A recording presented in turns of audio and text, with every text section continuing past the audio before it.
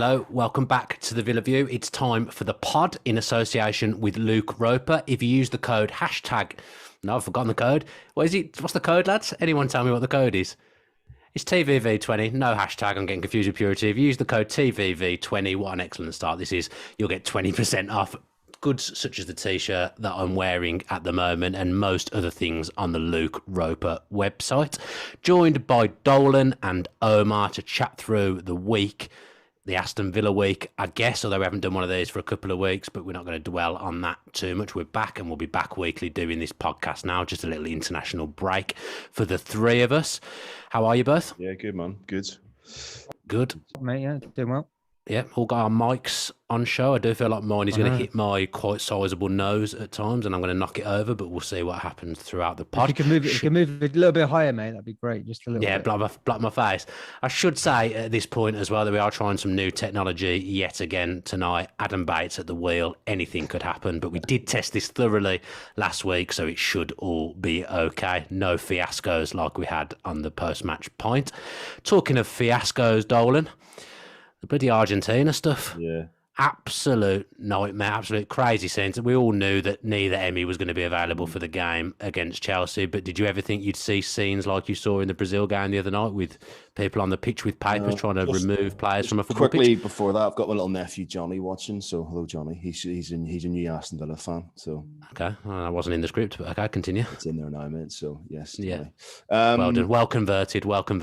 Yeah, it's a weird one. I wasn't really paying much attention to it last weekend because I was kind of just giving football a bit of a break. But it was all very strange. The whole thing's very strange. I can't understand how there can be international football that will then clash with club football. It just doesn't make any sense. I just can't understand how it's allowed to happen. How you can, even the whole quarantine for 10 days, every point to us is valuable. Our September is pretty horrific in terms of games, and we need all of our players, all of our best players at all times. And I just don't understand how there can be international football games that will then potentially, or that have, created problems with the clubs. It just doesn't make any sense to me. I don't blame the players. I don't blame the players for no blame at all. Playing for your country is a massive honor. They're all very patriotic, and I think to break into a national team like Argentina is it's quite a difficult thing. So the fact they're both in there now, they're going to want to stay there. So I've no blame attached to the players, but I just think that the authorities and the governing bodies, it's just a shambles. Why not play the games in Europe? Most of the players that play for Brazil and Argentina, the majority of them play for European teams. Why not have some common sense and change the venue? Just doesn't make any sense. So to me, you just got to look at the powers that be, and you just scratch your head sometimes and wonder who comes up with these decisions, because it's just no sense at all. Yeah, I guess the crazy thing is, Omar, that they've ended up going away, and Emi Martinez has been on a football pitch for 10 minutes, and for that 10 minutes, the game didn't even complete. We now don't have those players for an important game or a tough game away at Chelsea. So for all the goodwill from the club, and I respect the club for doing what they did, I think it was absolutely the right thing that the club did, the way they behaved, and we'll come on to that. But it has just been a giant waste of time. Yeah, I mean, it's a difficult one for the club, isn't it? Because they are, initially when it first came out, the club was saying, they're not going to travel, which was in line with the rest of the Premier League. And then obviously that changed, and that came out that they were going to go for 2 to 3 games, and we compromised. And for us, you've got to manage the players. If we want to sign international players, how amazing is it that we've got Brazilian internationals, Argentinian internationals? Yeah, it's great. If we want to have those types of players, then we've got to allow them to, playing for their country. It's massive. It's the number one priority for these players. And I do think, or maybe I'm wrong, but I think it's different for English players compared to these to Argentinian players. Brazilian I think players, it was, but I actually think like it's getting closer now. It's getting closer now than what Southgate's done, I would say. Maybe, yeah, definitely. With this team, definitely, it's completely a different mindset. We saw that obviously in the Euros, but I think prior to the Euros, prior to the World Cup, it was a completely different mindset. But if we want these players to be playing for us, then if we're seen as a club that's blocking the path for these players to go and play for their country, especially with the World Cup coming up, like I've seen people mention about Buendia and how, what's the point of him going? He doesn't make the matchday squad. He wants to be there or thereabouts in terms of, sorry to sound like Steve Bruce, but No there or worries. thereabouts in terms of the squad. Because, he wants to be knocking on the door, be involved with the squad, be training with the squad, let the manager see what he's all about.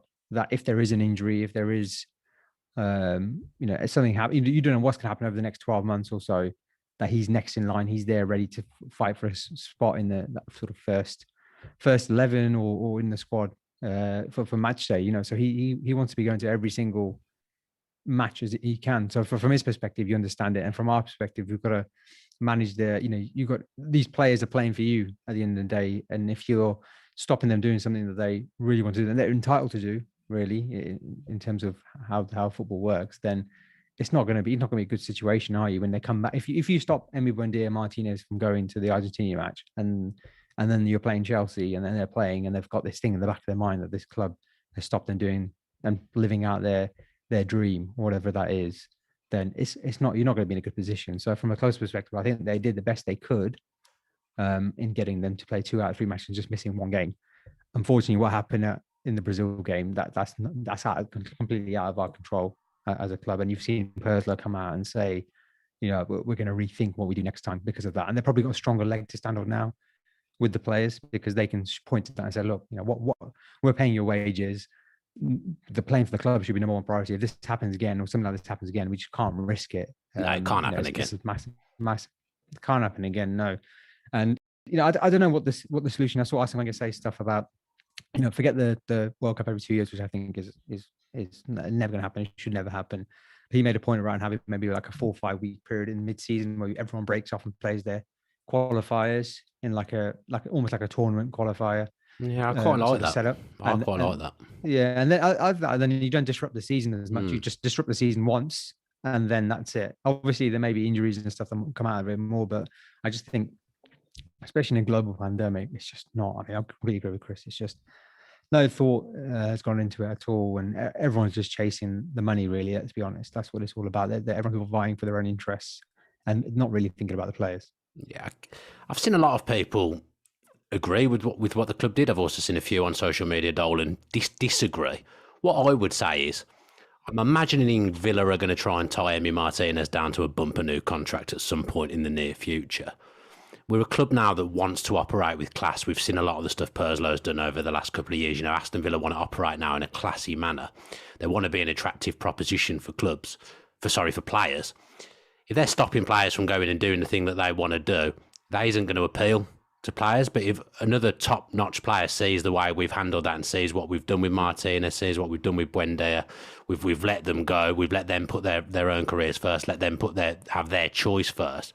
That's going to be a good thing for the club, because it shows that we're operating in a classy manner. And like I say, if we do want to tie Emi Martinez down, that goodwill is always going to be in the back of his mind now. Yeah, no, I agree. And I agree with what Omar said. I think, when you have top players that play for the likes of Brazil and Argentina and, South American teams like Colombia, et cetera, you're going to have this, that obviously their international schedule is a lot different to England's and the European schedule. But I thought again, the club handled it really well. I like the fact that Mings came out and tweeted about it. I liked that too. I think again, the sign of a really, really good captain, the sign of a good leader. He probably himself could see the unrest that was going on within social media, and for him to come out and sort of say, this was the compromise. The club have sat down with the players and have discussed it, and this is what we're going to do. For me, again, was a really good touch. So all in all, like I say, the club have handled themselves really well. But for me, I heard Brendan Rodgers talk about it, and I think all of the league managers will feel the same.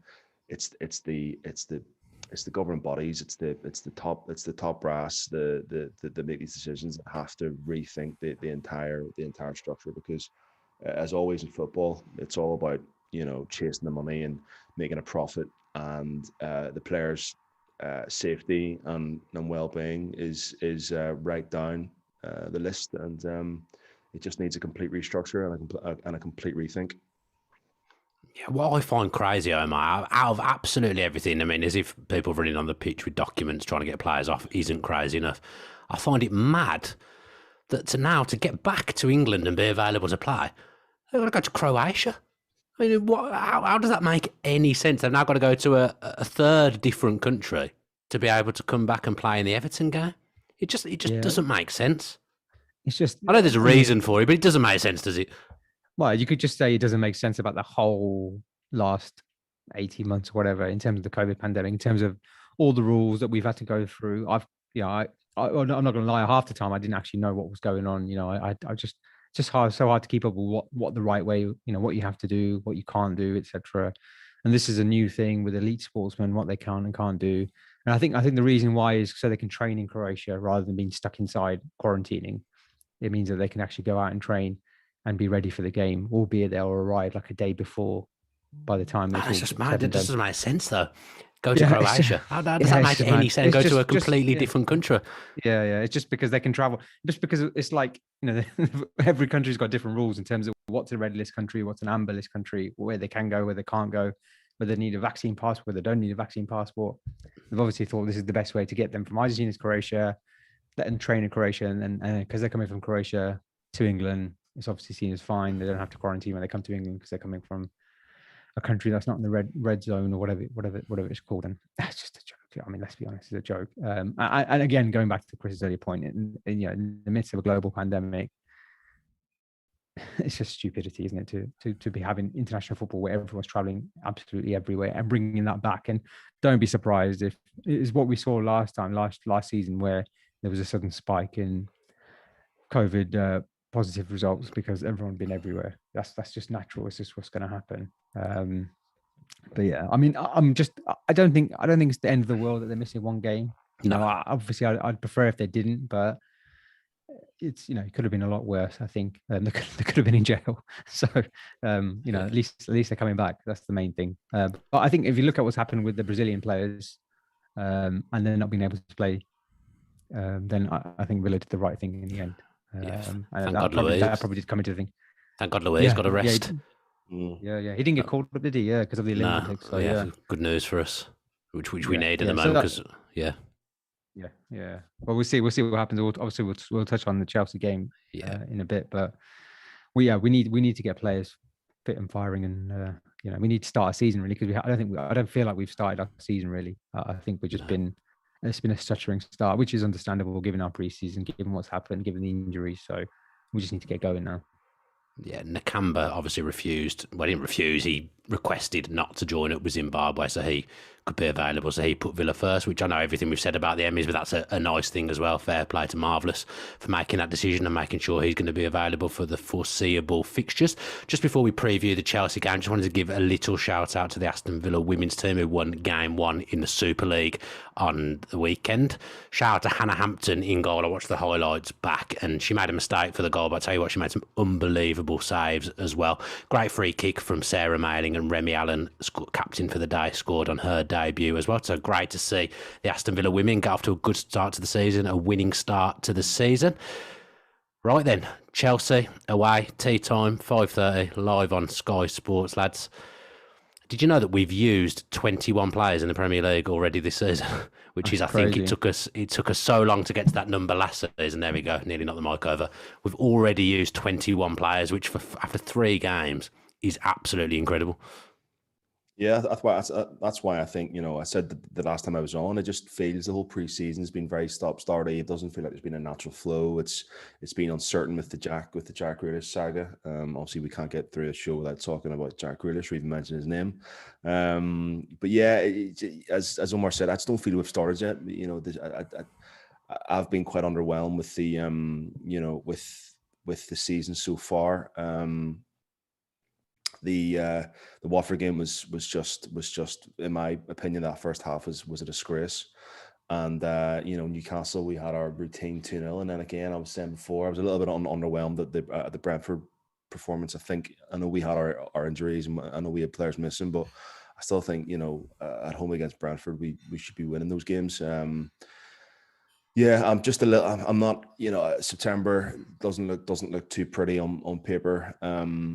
But again, football, you just never know. We picked up some really, really good results against these teams, these big 6 teams last season. Got 4 points against Chelsea last season. I thought we were unlucky. I thought when we played them last season, I thought that was probably our best kind of vein of form. I thought all the way through December, I thought we were excellent. And yeah, we really were. And I thought, that point against Chelsea with McGinn, I thought McGinn was outstanding.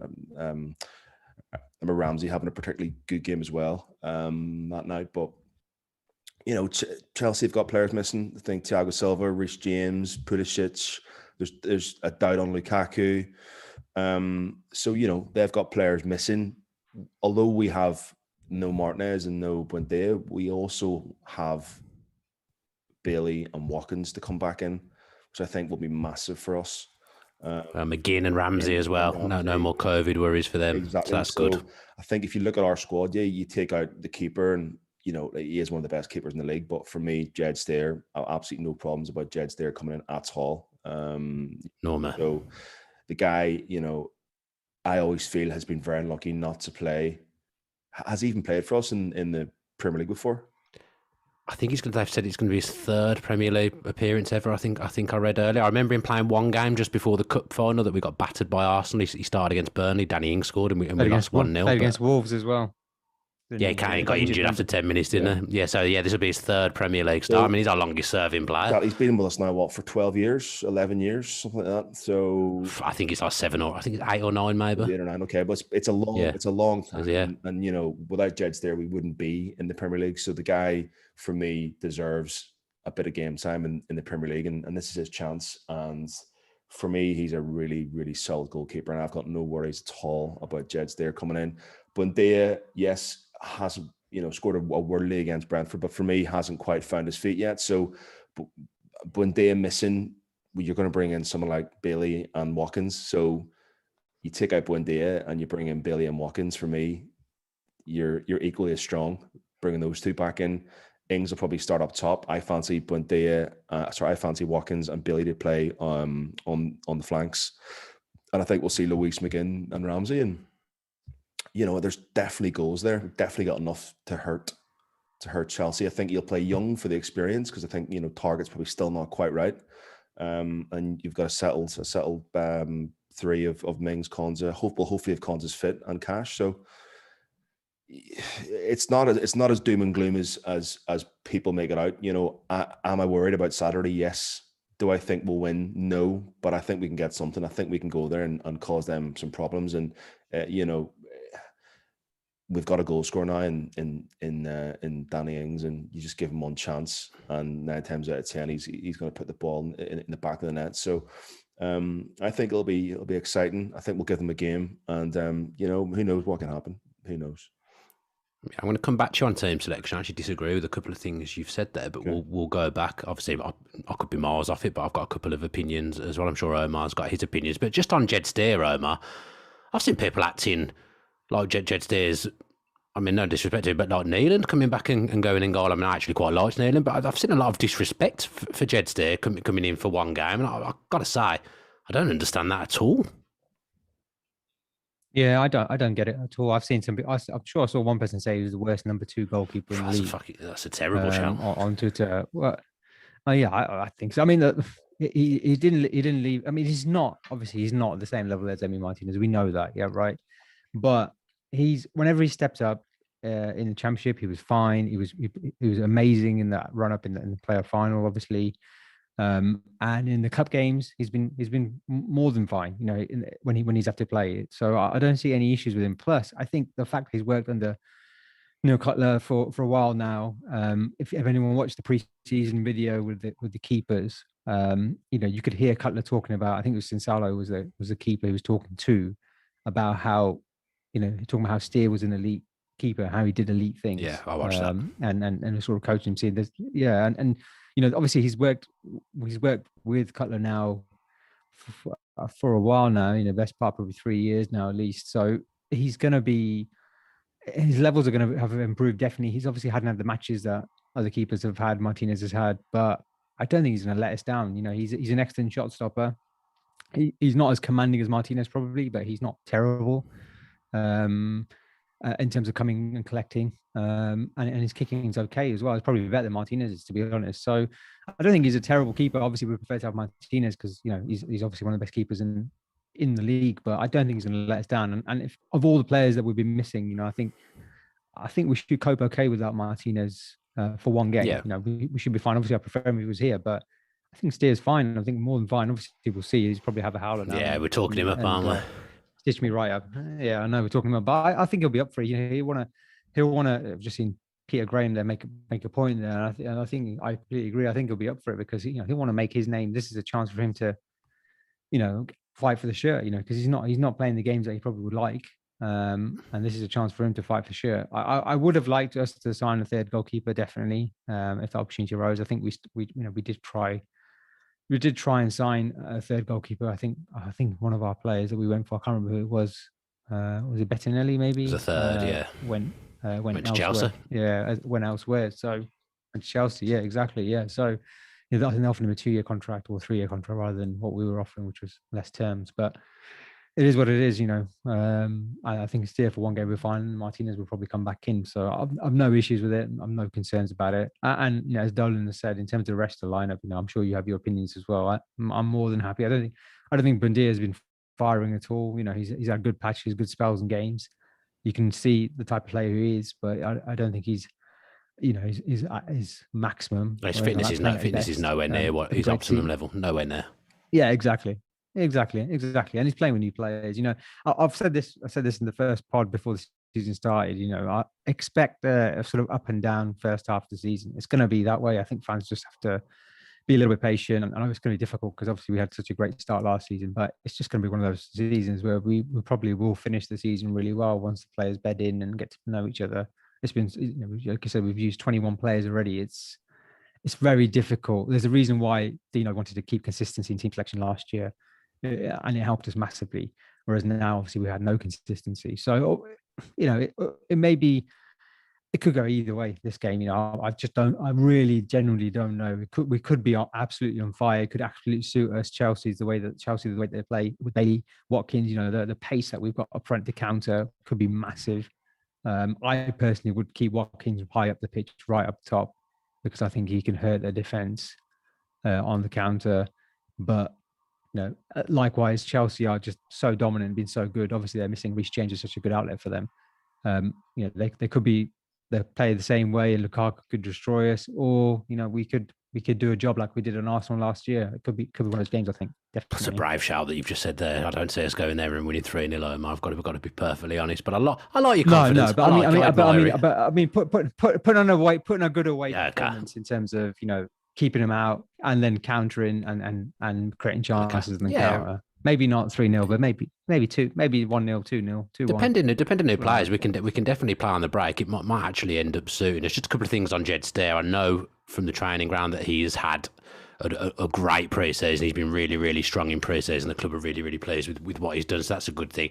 And also, when I spoke to Tommy Elphick, he said Jed Steer perhaps wasn't the best all-round goalkeeper out of all the goalkeepers that were at Villa at the Championship, but he said that he didn't have a weakness. He's good at everything. So that's how I see Jed Steer. He might not be outstanding at any one thing, but I think he's 7 out of 10 at everything that you need for a goalkeeper. So I've got no qualms with him coming in at all. Let's try and pick a team then between us.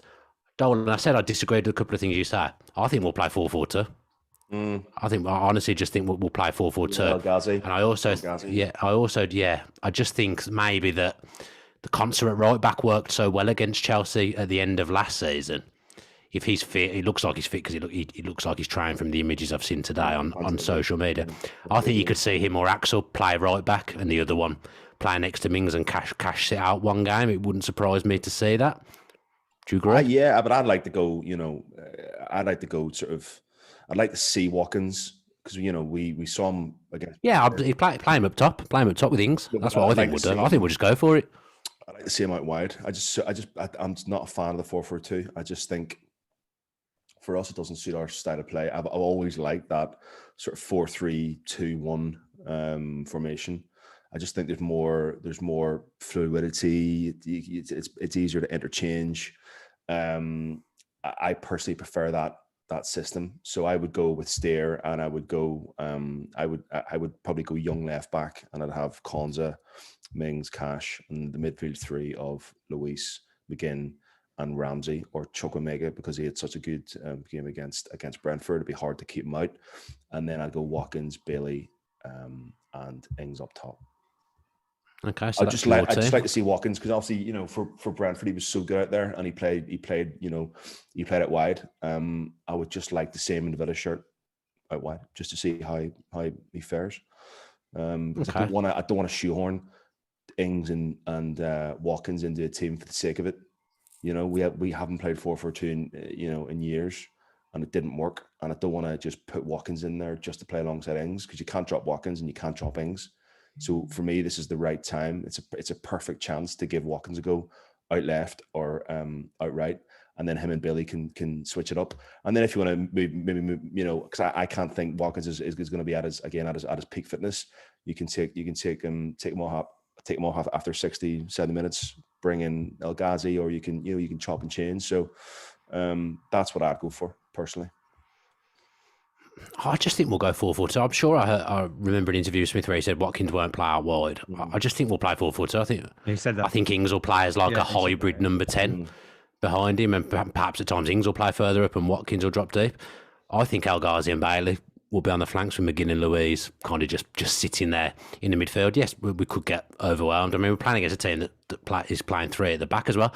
There's a chance we could play three at the back for this game and match them up. I mean, none of us know. It depends on condition people come back from international football as well. I thought Ramsey was very good when he came on against Watford, and I thought he was very good against Brentford, against Newcastle as well. So, you know, he's probably earned his place in a lot of ways. It's going to be interesting, but I just think we'll play 4-4-2, because I think we'll play Watkins and Ings up top together. I don't see Watkins really playing out wide for us for any sustained period of time this season, but we'll see what happens.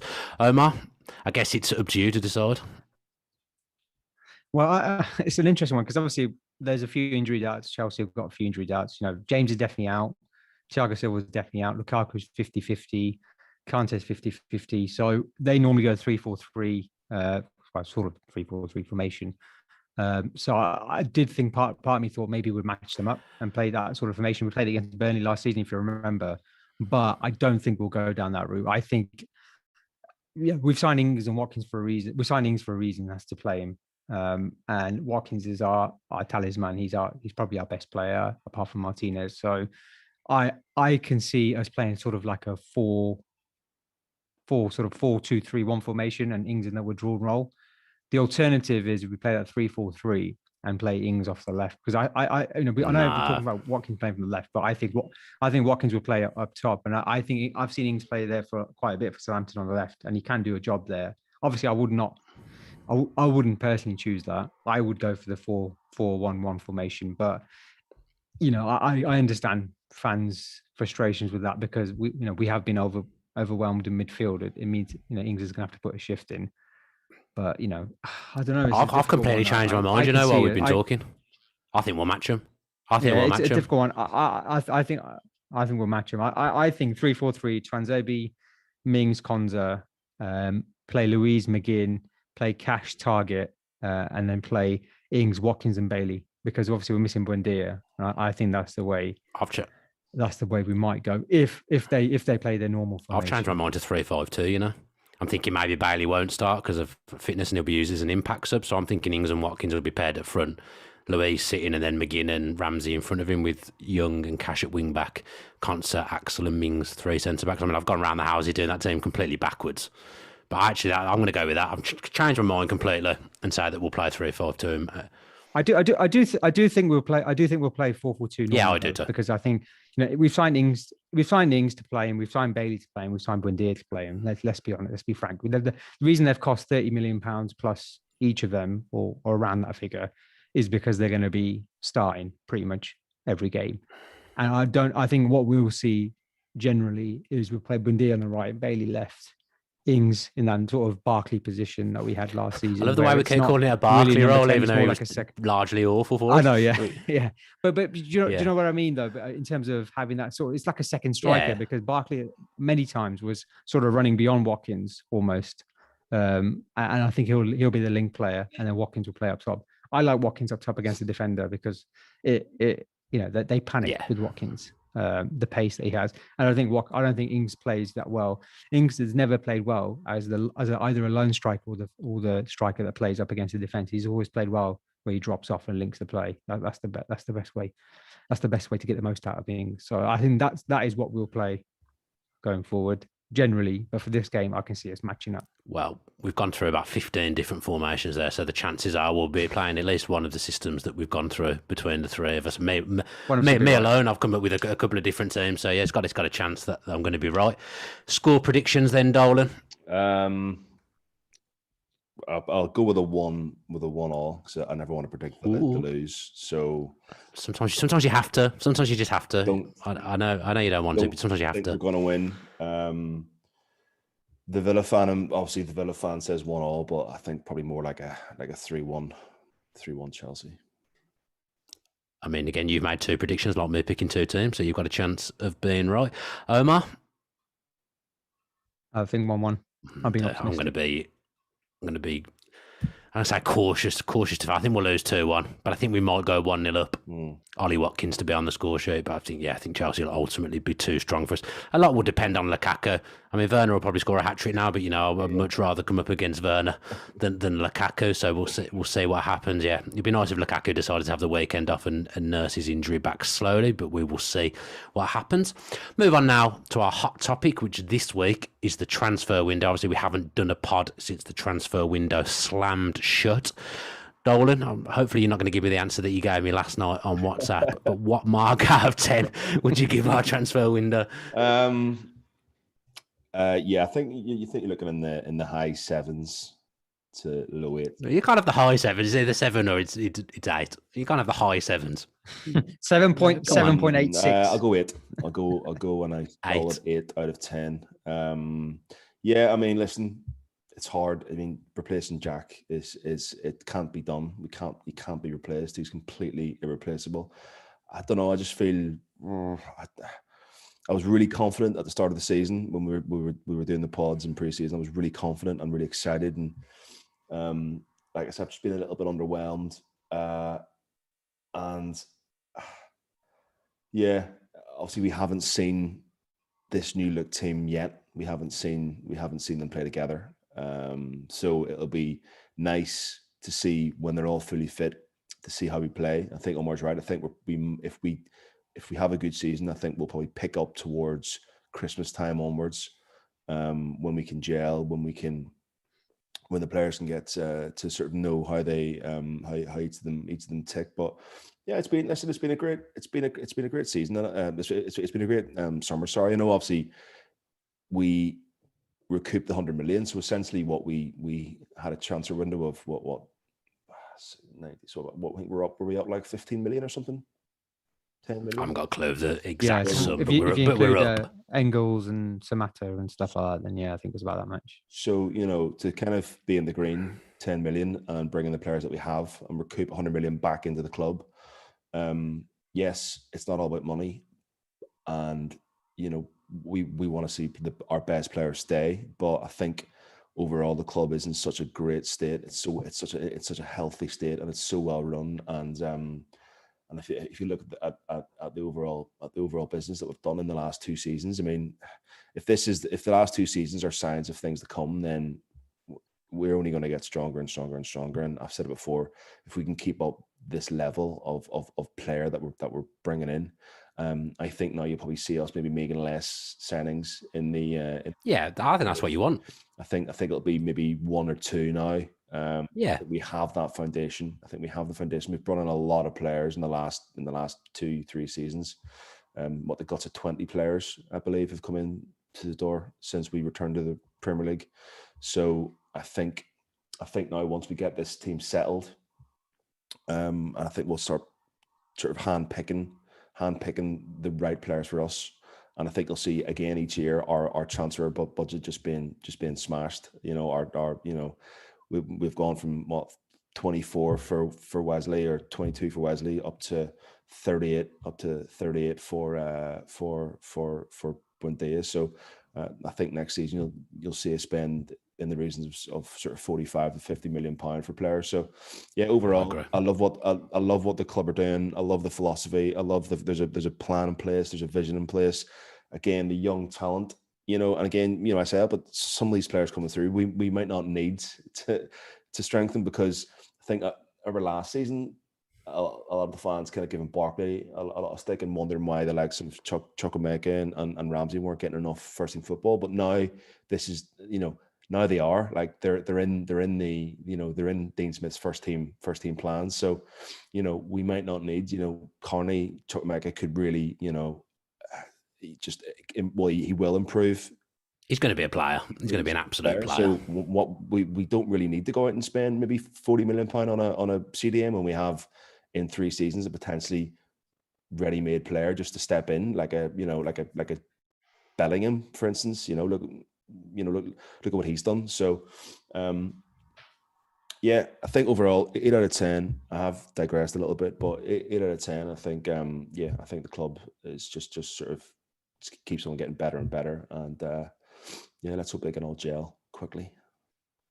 Yeah, I'm going to match the 8 out of 10. I think considering Grealish left, I don't think we could ask for much more. Yeah, it's got. I guess people will look at it and say we could do with that proper central midfield player. I think we all called for it, that it was what was perhaps required, if anything. But I'd rather, if the right player didn't come along, that we didn't just frit away money for the sake of it, and they haven't done. And I've got full confidence that if that right player had become available, the club would have spent 30, 40 million on that player. But you can only do that if the right player's there, or if the right player wants to come. So I respect the fact that we haven't done it, because there's no point throwing money away for the sake of it when we've got so many players coming through. And I completely agree with what you've said. I think every transfer window now, because the squad is set, you will see 1 or 2 big signings come in, and that'll be it. And that's how you grow. You don't grow by completely having to rebuild the squad every season. I mean, I'm sure in a lot of ways, the last maybe 2 out of the last 3 summers, we've perhaps done more than the club would have liked to do out of necessity. But the club won't build long term in that way, and that isn't how you get better. So I think the same as you, Dolan. 8 out of 10. Omar? Yeah, I was I'm an iron between 7 and 8 out of 10. But then I've been thinking about it, what you guys have been talking about. Actually, I think both of you have put some really good points across. And I think if you look at last season, and this is the midfield issue we're talking about here, that midfield that we had is essentially the same midfield we've got this season. Right there. I thought like you an episode of Breaking Bad here. The fly doing my head in. Sorry. I thought you were like saying that's a rubbish point. No, there's a fly. A little fly. Carry on. No, what was I saying? Yeah, I was saying, yeah. So if you look at essentially last season, we've got the same midfield as last season. And what faltered last season? Well, obviously COVID had a massive impact.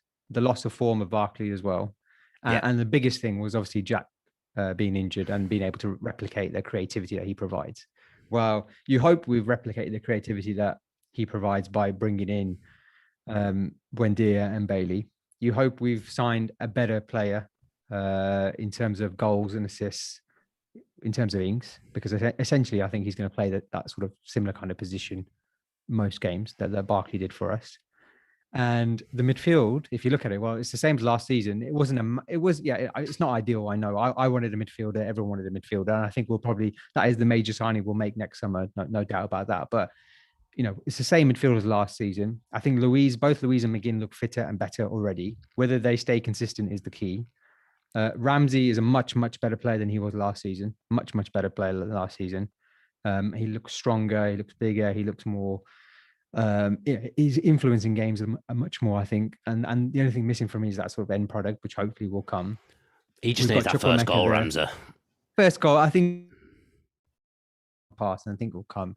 Chukwuemeka, obviously, who's going to be in sort of in and around the squad, and Morgan Sanson as well, or Sanson, as I likes to call him. Sanson. He essentially is a new player for us. He didn't really get a crack at it after January. It was a very difficult one to come into. He got injured. So you can't really judge him. So again, we've got a new player there to come in. I think we do need that kind of James Ward-Prowse type player where they're going to sort of link, be like Louise and Nakamba, a mix of two, but in that they can be progressive with their passing, but they can get in and around the pitch and intercept and tackle and do the dirty work as well. And I think that is what we will sign next season. But I think for now, you know, it's not. If we assign that midfielder, would be 10 out of 10, no doubt. But I think 8 out of 10 is as best as you can do. There hardly anyone has a 10 out of 10 window. Some clubs haven't had great windows at all as let's well. be frank. Yeah, exactly. And you look at Liverpool, and what they try and do is they try and add that 1 or 2 players, which is the position we're going to be in now. But they probably haven't signed the players that the fans wanted. But no one has a 10 out of 10 window because it's so difficult to get every single signing right. But I think we've done the best that we can in the situation that we were given with Grealish leaving, and you cannot. I think more than that. I think we had a 10 out of 10 window last summer. Personally, if you look at the progression we made, I think last year that's a decent shout. Yeah, maybe. Yeah, I think we got fairly lucky with injuries. That Watkins never got injured, pretty much, because I think we did need another striker last season, and we didn't have that because Davis and Wesley. We basically just had Davis, didn't we, last season? So obviously he wasn't really up to the level that we wanted to. And then we saw post-COVID that we didn't have any backup for Jack, really, which I suppose Barkley was the one, and you can't really help him coming out of form as well. So, yeah, I suppose I'll take your point there. That was probably, I would say 9 out of 10. But, yeah, not far off. But I think, given what was happening, I think you cannot ask. If someone said Grealish is leaving and then you're going to sign Buendia, Ings, Bailey, then, I think most fans would be ecstatic with that. So, yeah, you can't argue. I would say our success rate in signing since the new ownership came in, since Dean Smith was there, is pretty high overall. Even that window under Suso that we thought, looked a bit patchy at times, we nearly went down. You look at some of those players that came in that summer now, Concert, Louise. There's been a few loan signings and Drinkwater and Drinkwater was an absolute disgrace. That wasn't great. It wasn't great. Oh, that was that a Perzo signing I read, wasn't that? I think he had a big say in that, in the Drinkwater signing. That's what the rumor was. I mean, but overall, some of the players we've brought in, it's pretty shocking as well if you look at it. But yeah, I think the percentage on good players versus bad players is certainly much higher. Yeah, it's really high. I mean, some unbelievable signings in there. I mean, how much would Concert be worth to pick up now as a top Premier League centre back? Like, do you remember the interview that Perzo and Smith had in the tunnel a week or so after the playoff final win? And Perzo was talking about like McGinn being like, £2.5 million player and what his worth is now, and you buy players essentially for their value to increase. You buy these players so they're assets to your club, and as you quite rightly said, if Ben White's worth 50, for me, Cons is worth at least 45 to 50, if not more. Mings is up there now, fully fledged international footballer. He seems to get rid of his injury problems. He's now probably doubled. He's doubled his value. Watkins is now doubled his value from 30 to 60. Martinez has doubled his value. Cash is stuck a couple of quid on there as well. Target, every player we've bought in that, even Luis is now worth 25 to 30 million pounds. So every player that we've bought has nearly doubled in price, and that's quite incredible. So as you say, the recruitment has been pretty top class. If you look back, and I think Suso maybe had the short straw of going into that Premier League season. If you taking the loan players out of that squad against that played against Derby, we were left with nothing, and he had to build an entire squad, and to stay up the way we did was special. But looking back at those signings and under him, Konza for me, Mings, Target. I mean, Luis. There's some really good players now who are still the mainstay of our starting 11. Yeah, have we got the results on the poll, Adam? I did see him flash up briefly. I was interested to see what the average mark is. Am I stitching him up? Is it broken? Does it not work? Who knows? Well, there we go. No, either no one's voted. Oh, he's gone. Doesn't work. Oh dear. Oh, look at him. He's scrambling. He's on mute. He's trying to say something to me. He's putting faces at me. We'll try and get the poll system working. It's 8 is the average, apparently. I've just been told in my ear. So they agree with Dolan and myself. Can't remember. You said 7 to 8, didn't you, Omar? I'm presuming you're going to go 8 now. Yeah, no, I meant 8.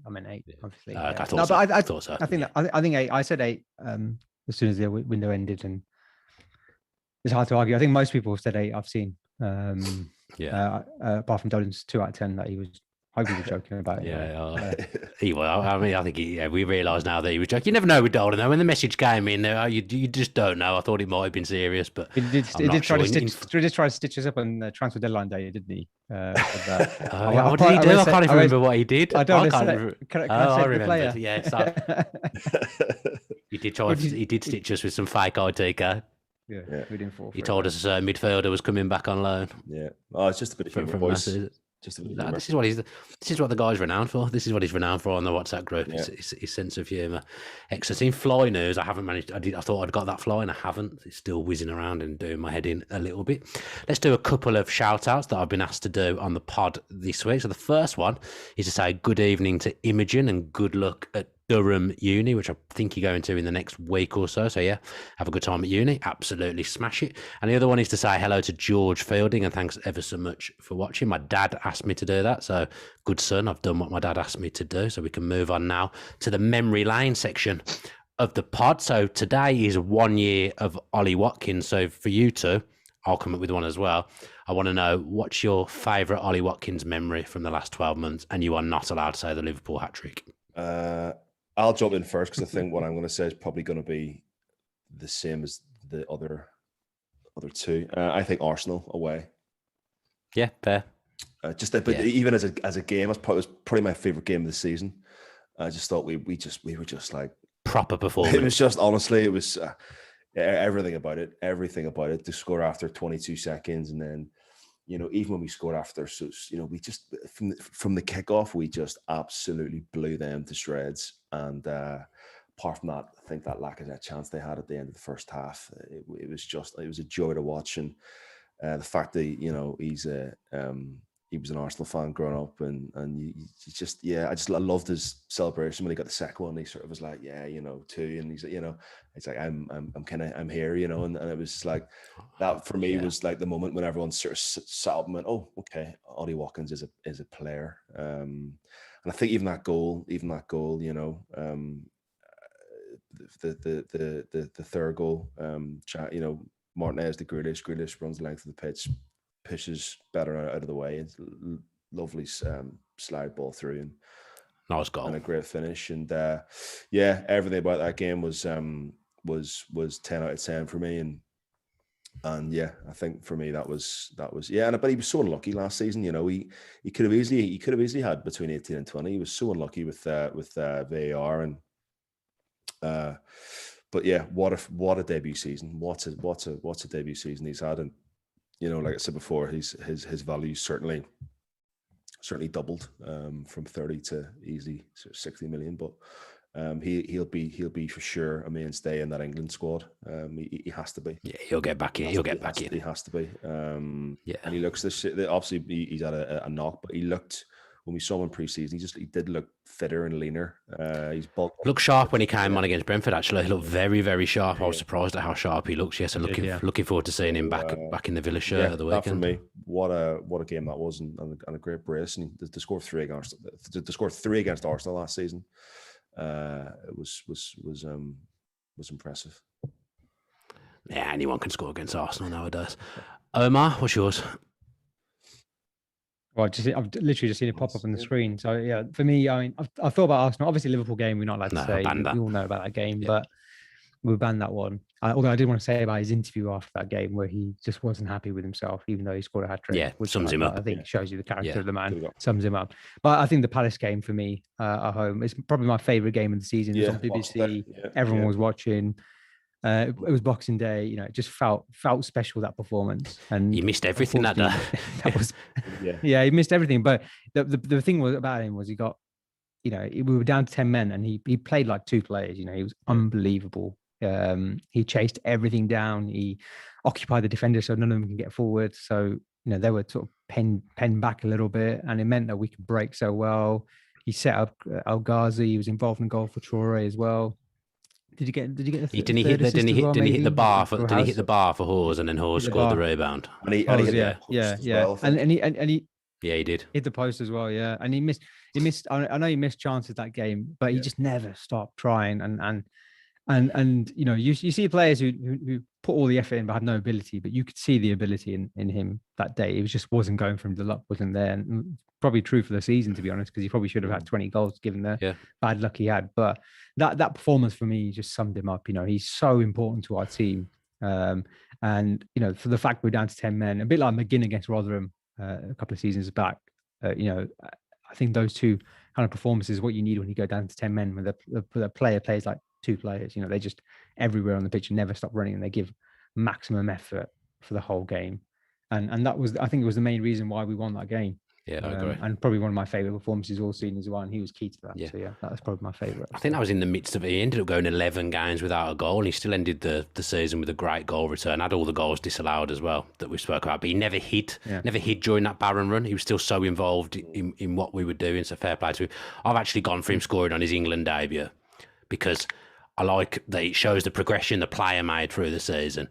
And it shows that Aston Villa is one of the places to be if you do want to progress your career and you do want to get international honours. Come to Aston Villa. So I liked what that showed for him and what it showed for the club. So him scoring on his England debut will be the moment that I will plump for. I think that just about does us for this week's episode of the pod. Thanks to the guys for joining me, and thanks as ever to Luke Roper for sponsoring us, even though I can never remember what the code is. But luckily this time it's on the bottom of the screen, so I'm not going to get it wrong. So yeah, if you do want to take advantage of our 20% code, type in TVV20 at checkout and you will get 20% off most items and garments on the Luke store. We will be back on Sunday with a post-match point reviewing the Chelsea game. Fingers crossed it can be a positive one for us. As I say, thanks ever so much for tuning in. It's been really, really enjoyable talking to the guys tonight. Have a great night, stay safe, and up the Villa.